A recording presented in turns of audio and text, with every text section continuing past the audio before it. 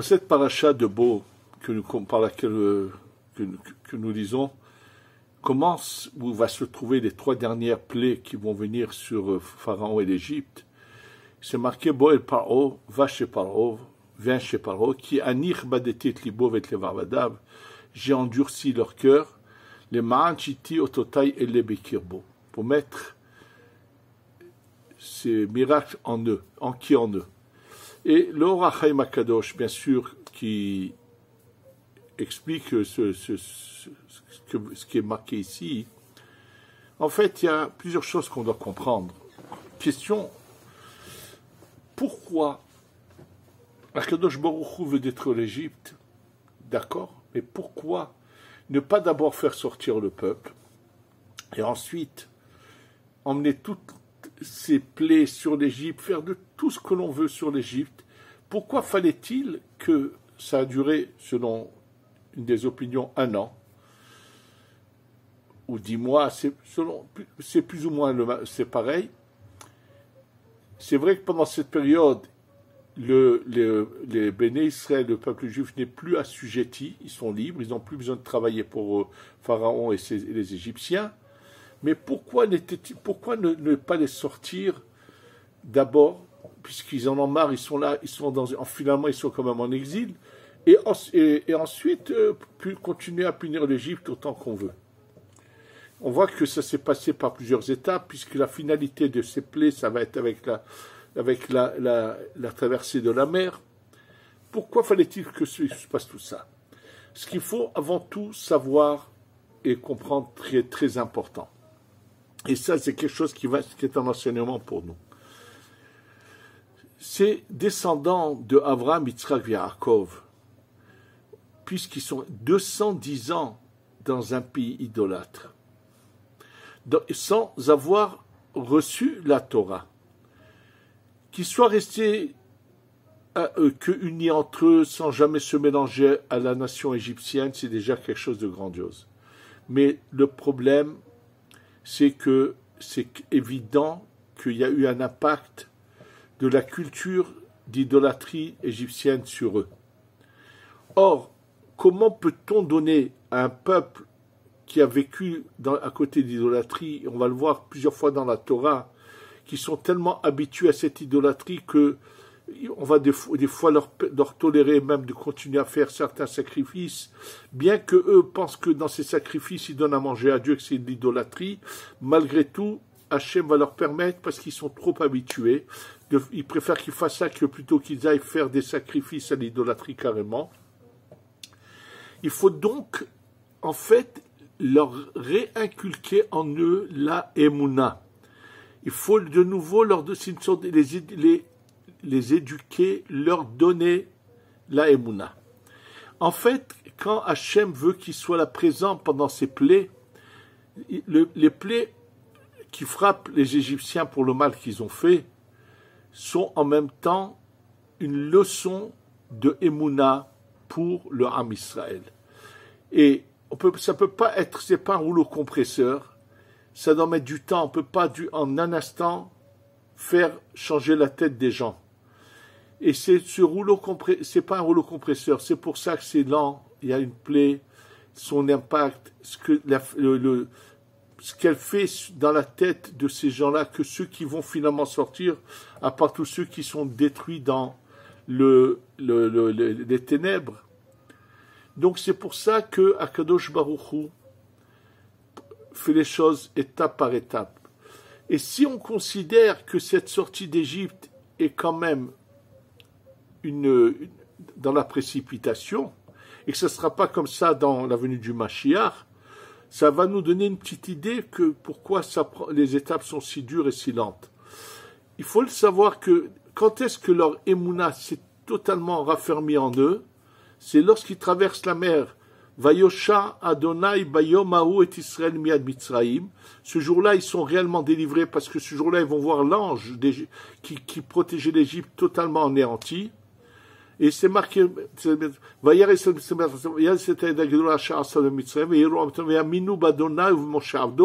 marqué, ils ont cru en Hachem et dans son serviteur Moshe. Ça veut dire que, là, ils savaient qu'il y a un Dieu, c'est lui qui les a sortis. Il y en a bien un qui a fait sortir sa statuette qui est passée dans la mer. Nous savons qu'il y a eu quand même il y en avait qui étaient encore attachés à cette idolâtrie. Ça veut dire que malgré cette période de 10 mois ou 1 an, pendant lesquels ils assistent à ces choses qui sont vraiment, où on voit qu'il y a un pouvoir divin, puisque même les Égyptiens, qui étaient les plus gros sorciers, ont dû avouer à un moment donné, ça c'est Etzba Elohimi, c'est le doigt de Dieu. Ça veut dire, eux n'étaient pas capables de faire la même chose. Donc, le but essentiel qui était là, c'était de leur inculquer, de leur faire pénétrer en eux la Emouna. Je voudrais vous rappeler ce qu'a dit le Or HaChaim Kadosh.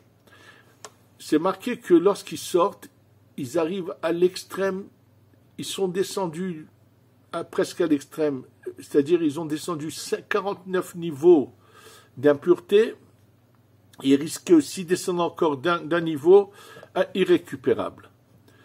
Dit le Or HaChaim Kadosh, s'ils étaient dans ce dernier niveau où ils sont irrécupérables, et ce dernier niveau, c'est justement celui de la négation totale de Dieu. Ça veut dire de vouloir renier, de pas vouloir dire qu'il n'y a pas de Dieu.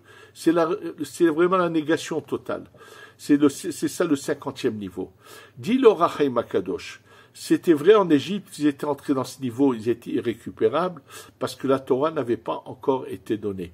Mais une fois que la Torah est donnée, même celui qui descend à ce plus bas niveau peut en sortir. Ça veut dire que nous, dans notre génération, où on attend à tout moment que le Mashiach se révèle, il faut savoir ce que Hachem fait traîner les choses, parce qu'il veut qu'un maximum de gens soient sauvés. Et là, c'est pour ça que donc plus on arrivera à diffuser la Emouna à tous ceux qui ont une chance d'être sauvés, qui pourront être sauvés. C'est sûr qu'on va faire aller plus vite l'étape de la délivrance. Et là, c'est l'occasion d'expliquer quelque chose.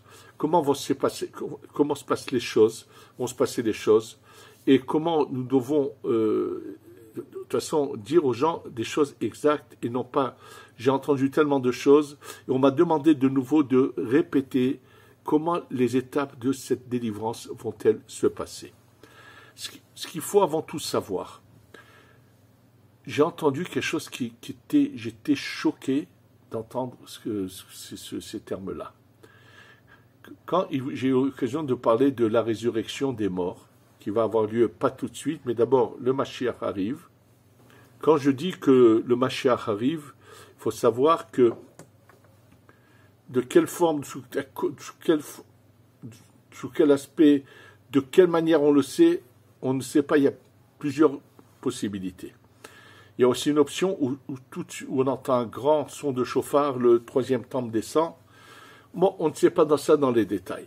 Mais combien de temps après? Pas beaucoup après, puisqu'on est en fin de parcours. Il y a la résurrection des morts. Et là, les gens m'ont dit qu'ils ont entendu, je ne sais pas qui leur a enseigné ce genre de choses, que comme ils ont entendu parler de Gilgoul, il sert de réincarnation, ils ont imaginé que c'est la même personne qui peut revenir plusieurs fois. Et leur question était dans ce cas-là, lequel de tous ces Gilgoulim va se relever?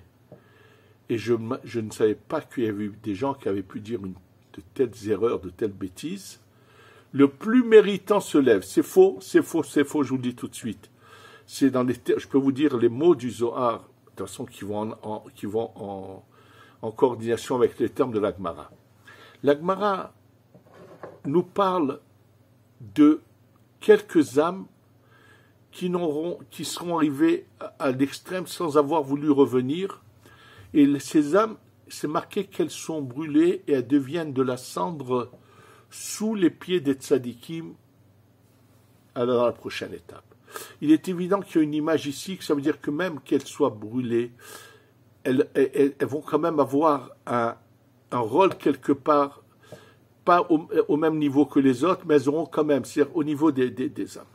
Le Zohar se pose la question, C'est quelques rares âmes qui n'ont pas eu ce mérite-là. Que se passe-t-il avec leur corps? Puisque ce corps-là n'aura pas une âme pour se relever. Et là-dessus, Dieu nous dit, le Zohar, que ces corps-là se relèveront. Il n'y a pas un seul corps qui ne se relève pas. Et ceux dont l'âme, ces quelques rares exceptions dont l'âme a été brûlée, Hachem crée d'autres âmes pour les mettre dans ces corps. Et ces corps-là, c'est-à-dire que tous les corps se relèvent. Il est vrai qu'il est dit que ceux qui prêtent avec intérêt risquent de provoquer que leur corps, malheureusement, ne se relève pas. Qu'est-ce qui se passera, puisque dans le Zohar, apparemment, tous les corps se relèvent, il se passera quelque chose, un événement, soit que ce sera plus tard, soit que ce soit différemment, il y aura quelque chose qui se passera, parce qu'ils auront fait des choses très graves, comme prêter avec intérêt. Oui, c'est quelque chose de terrible, où il y a encore d'autres choses qui peuvent provoquer cela. Mais ce qui ressort du Zohar, c'est que l'âme peut être brûlée et non pas le corps. Et je voudrais pour cela vous rappeler cet enseignement du Harizal. La Gemara dans Masechet Eruvin, Dafnun Dalet, parle de Rabbi Pereda. Rabbi Pereda s'était donné comme objectif de prendre quelqu'un qui habitait dans son environnement, qui était considéré comme un simple, quelqu'un qui n'est pas capable de comprendre quoi que ce soit. Je ne sais pas exactement, mais il fallait je ne sais pas comment il arrive à cette conclusion. Il a décidé de lui enseigner la Torah. Et en cherchant à lui enseigner à celui que personne voulait s'en occuper, il s'est rendu compte qu'il fallait qu'il lui répète, que seulement s'il lui répète 200 fois la chose, après 200 fois, il lui dit, alors maintenant redis-moi ce que je t'ai enseigné. Ah, il était capable de répéter l'enseignement, il l'avait acquis, ça lui restait en tête. Mais alors tous les jours, pendant un moment de la journée, Rabbi Pereda se sacrifiait pour cette personne, s'asseyait avec lui, je ne sais pas combien de temps ça prenait, et il lui répétait son enseignement 200 fois. Et la Gemara de nous raconter qu'une fois, pendant qu'il enseigne à cette personne-là, quelqu'un vient et parle avec Rabbi Pereda qui doit aller bientôt à un mariage et lui demander à quel moment, ou je ne sais pas ce qu'il lui a demandé. Maintenant, lui, celui à qui Rabbi Pereda enseignait, quand il a entendu que le Rav allait partir au mariage, il savait par expérience que si on ne doit pas répéter 200 fois la chose, ça ne le pénètre pas. Et vous allez me dire, mais comment c'est possible qu'il faut que 200 fois, sinon, s'il ne comprend pas, il ne comprend pas. Comment, pourquoi? Sachez qu'il s'agit de quelqu'un qui avait sur lui ce qu'on appelle une clipa, une écorce mauvaise, qui empêchait la Torah de pénétrer. Et le fait que Rabbi Pereda répète ça 200 fois, après 200 fois, ça brisait cette clipa, cette écorce, et les choses pénétraient dans la tête de cette personne. Donc, ce jour-là, Rabbi Pereda, quand il finit les 200 fois, il lui dit, alors répète-moi. Il lui dit, je ne sais pas. Pourquoi? Mais tous les jours, après 200 fois, tu sais? Oui, mais comme j'ai entendu que j'allais partir à un mariage, donc j'ai imaginé que ça n'allait pas arriver jusqu'à 200 fois, j'ai arrêté de me concentrer, parce que je pensais que ça ne servirait à rien. Il lui a dit, tu sais quoi? Je ne vais pas au mariage. Allez, tu restes et on va recommencer. Il a de nouveau répété 200 fois. Une voix du ciel est sortie et a dit à Rabbi Pereda, qu'est-ce que tu veux, Rabbi Pereda? Ou vivre 400 ans, puisque 400 fois il a enseigné ce jour-là, ou bien que ta génération ait le Olam Haba. Il a dit, je veux que ma génération ait le Olam Haba. Et là, la voix du ciel lui a dit, ta génération aura le Olam Haba et tu vas également vivre 400 ans. C'est ça ce qui lui a été dit, la voix du ciel lui a dit. Oui, il a vécu 400 ans, Rabbi Pereda. Et là, le Harizal pose la question suivante. Il dit, je ne comprends pas, Moshe Rabbeinu, qu'on n'a pas plus grand que lui dans l'histoire, c'est marqué Dora Midbar, Elo Helek le Olam Haba.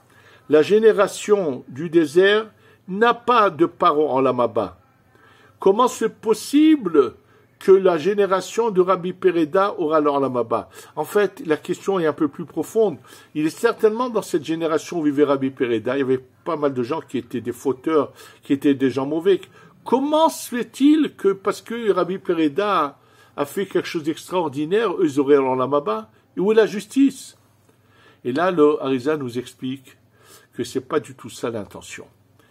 Que c'est pas ça ce que veut dire la Gemara. Sa génération, ça veut pas dire ceux qui vivent avec lui dans la même génération, pas du tout. Il nous explique, le Harizal, que, en fait, les âmes du peuple d'Israël de ces 6000 ans, c'est-à-dire que toutes les personnes du peuple d'Israël qui ont vécu pendant ces 6000 ans, sont regroupées par une racine, comme un tronc d'arbre, qui a des branches et des petites branches avec des feuilles. C'est comme un tronc d'un tzaddik qui a 600 000 âmes qui dépendent de sa neshama. Lui, son âme à lui est la racine de 600 000 âmes qui vont vivre pendant les 6000 ans. Il y a beaucoup de tzaddikim qui ont comme ça. Et il dit, c'est ça ce qu'on appelle la génération. Il dit, on a dit à Rabbi Pereda, par le fait que tu as fait un tel effort, aucune neshama de ta racine, dans les 600 000 neshamot qui sont attachés à ta racine, aucune de neshama ne sera perdue. Il y a des racines où il y a quelques neshamot qui sont perdues, comme je vous l'ai dit, qui peuvent être brûlées et qui deviennent de la cendre sous les pieds des tzadikim. Et c'est ça ce qu'on lui a dit, que lui, que les neshamot qui sont attachés à lui, elles reviendront jusqu'à que toutes, il n'y aura aucune de perdue. C'est-à-dire que il y en a un quand celui qui n'a pas réussi, celui qui vient après, peut l'aider à c'est-à-dire rattrape le neshama qui est venu avant, mais toutes ces neshamot et tous ces corps-là, bien sûr, se relèveront. Donc le problème, je vous le répète, c'est uniquement au niveau de certaines neshamot qui peuvent être brûlées et deviennent de la cendre. Je vous dis que c'est une image encore. Par contre, il est évident que tout le monde se relève. Et alors, ensuite, que se passe-t-il? Il faut savoir que la période du Mashiach, n'a rien à voir avec le 7e millénaire. C'est dans ce 6e millénaire qu'il y a les Yemot HaMashiach, la période du Mashiach, qui doit durer 200 ans. Donc il y a le 3e temple qui descend. Pendant cette période de Mashiach, il va se passer bien sûr la résurrection des morts. On va emmener des sacrifices. Ce 3e temple qui est complètement spirituel va nous aider petit à petit à nous changer, nous métamorphoser. Il est évident qu'il y en a qui iront directement pour remonter, écouter au Gan Eden des cours d'Akadosh Baruch Hu. Ceux qui veulent le voir n'ont qu'à regarder le Rabbi Elimelech de Lijinsk dans son livre Noam Elimelech, qui parle de cela, de ce qui se passera quand la venue du Mashiach viendra, et il raconte comment les choses se passeront. Et là-bas, le Rav Elimelech de Lijinsk, dans Parashat Vayikra au Shmini, il ramène que le Mashiach ramènera au bord de l'eau tous ceux qui auront voulu de la fortune, mais il dit qu'après le Mashiach et les tzadikim montent écouter des Shuv au Gan Eden. C'est-à-dire qu'il y a une période transitoire où finalement il se passe des choses où on est bien sûr tous vivants, il n'y a plus de morts. Et il est évident que ceux qui habitent ici, qui sont en Eretz au moment de la venue du Mashiach, ont la chance d'être les premiers à goûter à cette délivrance, et que ceux qui sont en Chutz Laaretz arriveront qu'après. C'est marqué Boné Yerushalayim Adonai. Boné, il construit Yerushalayim Hashem. Et ensuite, Nithe Yisrael Yechanes, tous ceux qui sont dehors d'Eretz Israël, il les rassemble. Et après, c'est marqué Arofel Lishbour Elev, il guérit les cœurs brisés, ce sont les endeuillés, par le fait qu'il fasse revivre les morts. Donc il y a une période qui dure jusqu'à presque la fin du 6e millénaire. Et là, il y a un grand jugement. Pourquoi y a-t-il ce jugement?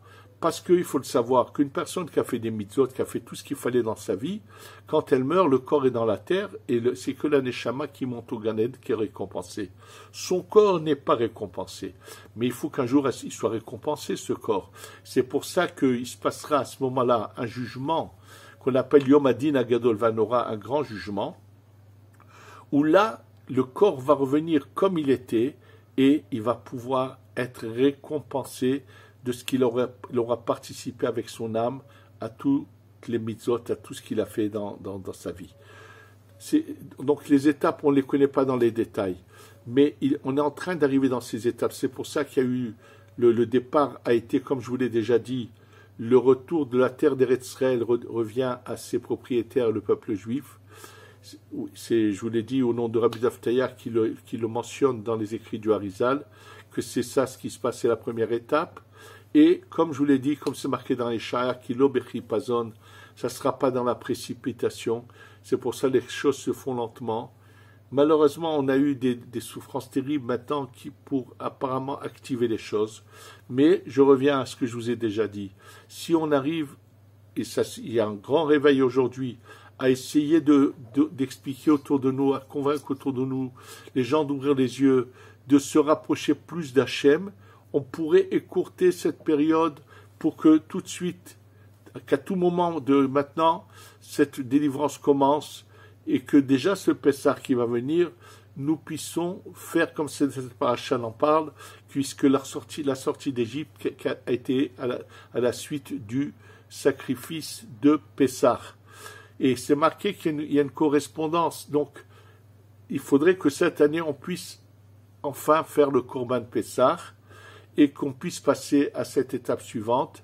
Il faut savoir que le libre arbitre va rester, mais à un niveau bien plus élevé, et que nous devons constamment nous travailler pour penser qu'à une chose, comment je peux servir Hachem. Hachem veut qu'on jouisse de ce monde, mais de la bonne manière, sans adultère, sans aucune erreur qu'il ne faut pas faire. Et je voudrais juste finir par quelque chose que j'ai compris, que chez beaucoup de gens, il y a eu un mélange qui s'est fait. Les gens m'ont demandé, est-ce que les femmes font les shovavim? On aura fait des listes de jeunes à faire, je ne sais pas beaucoup, sur différentes fautes. D'abord, que veut dire le mot shovavim? Le mot shovavim, ce sont les premières lettres des parachiotes, de Pishemot jusqu'à Mishpatim. Shemot, Vaera, Bo, Beshalach, Yitro, Mishpatim. Les premières lettres font le mot shovavim. Le Harizal nous explique qui est venu en Égypte à l'esclavage égyptien. Ce sont toutes les âmes qui sont nées par la perte de semences de Adam Arishon pendant 130 ans. Elles ont été réparées, toutes ces âmes perdues pendant 130 ans, sans qu'il le veuille Adam Arishon, ont été réparées en Égypte. Il dit, quand nous lisons ces textes de la Torah qui parlent de l'exil avec la délivrance, c'est un moment opportun pour les hommes qui auront délibérément réveillé, pas dans leur sommeil, parce que ce qui se passe dans le sommeil, on n'y peut rien, en disant le Kriyat Shema avant de dormir, ça répare. Mais ce que la personne a fait délibérément est un moment plus propice pendant cette période-là de le réparer. Parce que le Zohar dit que celui qui le fait délibérément, c'est comme si il était un assassin qui tue ses propres enfants. Donc c'est quelque chose de grave, le Zohar considère quelque chose d'assassin, celui qui fait ça, et c'est le moment le plus propice. Donc c'est ça et ça ne concerne que les hommes et non pas les femmes. Toutes les autres fautes qui ont pu être commises, qui peuvent être considérées, qui sont aussi bien pour les hommes comme les femmes, l'adultère d'hommes mariés ou de femmes mariées, de nida, il y a beaucoup de choses, l'homosexualité, tout cela. Bien sûr, à tous les moments de l'année, celui qui a fauté peut réparer. Il n'y a pas que cette période-là. Et j'ai vu que maintenant, s'y met à rajouter aux gens toutes sortes de réparations. Je ne sais pas qu'est-ce qu'on veut, finalement.